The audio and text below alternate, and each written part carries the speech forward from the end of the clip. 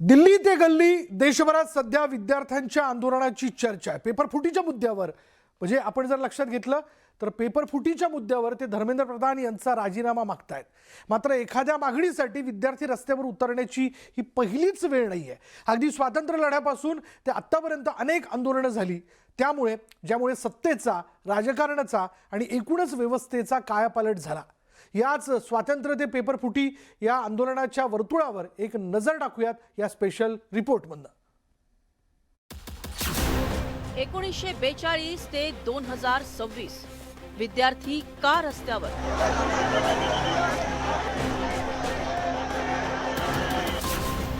स्वातंत्र्य ते पेपर फुटी, पोरांचा एल्गार।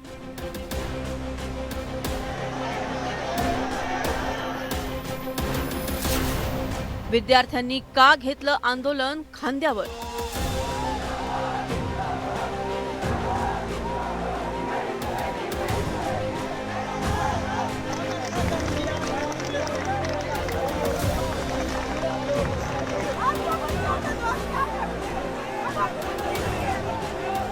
पेपर फुटी विरोधात हजारो तरुण रस्त्यावर उतरले आणि देशात चर्चेचा विषय ठरलेल्या या आंदोलनाचा केंद्रबिंदू आहे दिल्लीतलं जंतर मंतर मैदान।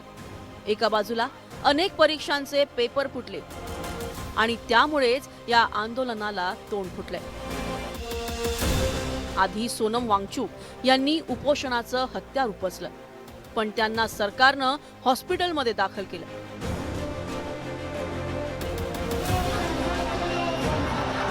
त्यानंतर अभिजित दिपके यांनी या आंदोलनाचं नेतृत्व खांद्यावर घेतलंय।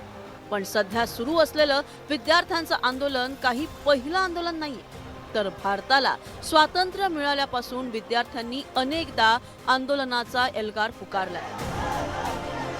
इतकंच नाही तर ब्रिटिशांविरोधात जेव्हा दंड थोपटले गेले तेव्हा चले जाऊच्या नाऱ्यात विद्यार्थ्यांचाही आवाज घुमला होता।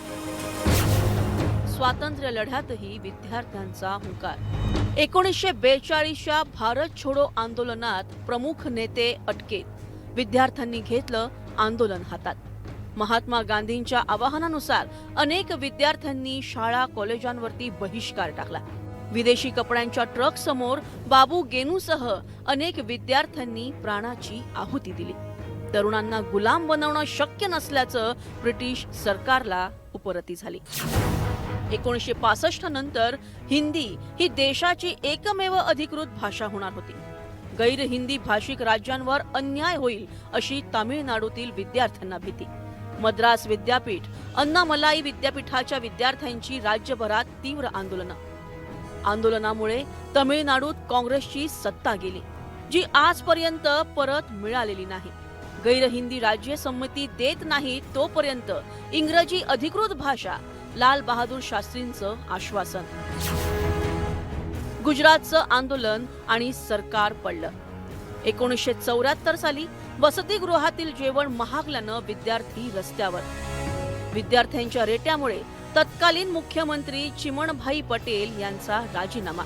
विद्यार्थी आंदोलनाच्या ठिणगीनं तत्कालीन गुजरात विधानसभा बरखास्त।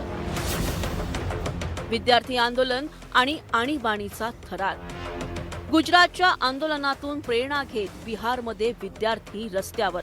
इंदिरा गांधींच्या विरोधात जयप्रकाश नारायण यांच्या नेतृत्वात आंदोलन। जयप्रकाश नारायण यांनी आंदोलनाला संपूर्ण क्रांतीचा नारा दिला। सिंहासन खाली करो की जनता आती है हे घोषवाक्य लक्षवेधी ठरलं। जात पात तोड दो, तिलक दहेज छोड दो हा नारा भारतभर घुमला।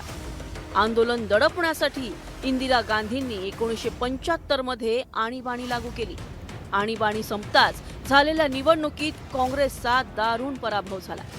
विद्यार्थ्यांच्या आंदोलनाने देशात पहिल्यांदाच बिगर काँग्रेसचं सरकार सत्तेवर आलं। लालू यादव, नितीश कुमार, सुशील मोदी, पासवान, मोहन धारिया या विद्यार्थी आंदोलनातून पुढे आले। तब्बल 6 वर्ष चाललेलं विद्यार्थी आंदोलन 1979 ते 1985 पर्यंत आसाममध्ये ऑल आसाम स्टुडंट्स युनियनचं आंदोलन। बांगलादेशमधून आसाममध्ये होणारी बेकायदा घुसखोरी विद्यार्थ्यांच्या अजेंड्यावर। आंदोलनामुळे 1985 मध्ये केंद्र सरकार आणि विद्यार्थ्यांमध्ये आसाम करार झाला. विद्यार्थी आंदोलनातूनच आसाम गण परिषद या राजकीय पक्षाचा जन्म झाला. विद्यार्थी नेते प्रफुल्ल कुमार महंत हे अवघ्या 32व्या वर्षी आसामचे मुख्यमंत्री झाले. मंडल आयोगाविरोधात विद्यार्थ्यांचा एल्गार. 1990 साली इतर मागासवर्गीयांसाठी मंडल आयोगाच्या शिफारसी लागू. खुल्या प्रवर्गातील विद्यार्थ्यांमध्ये भविष्याविषयी तीव्र भीती निर्माण झाली. दिल्ली विद्यापीठासह उत्तर भारतातील विद्यार्थी रस्त्यावर उतरले. अनेक विद्यार्थ्यांचा आत्मदहनाचा प्रयत्न. केंद्र सरकार हादरलं. विद्यार्थ्यांच्या आंदोलनानंतर राजकारणात जातीचे स्थान पक्के झाले. विद्यार्थ्यांच्या आंदोलनामुळे व्ही.पी. सिंग यांचं सरकार कोसळलं.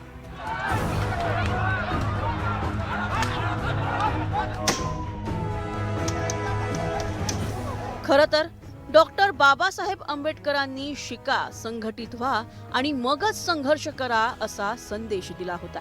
याच संदेशातील शिका हा पहिला मंत्र पाळताच विद्यार्थी संघटित झाले आणि संघर्ष करू लागले. भारतातील विद्यार्थी आंदोलनाचा हा एक जाज्वल्य इतिहास आहे.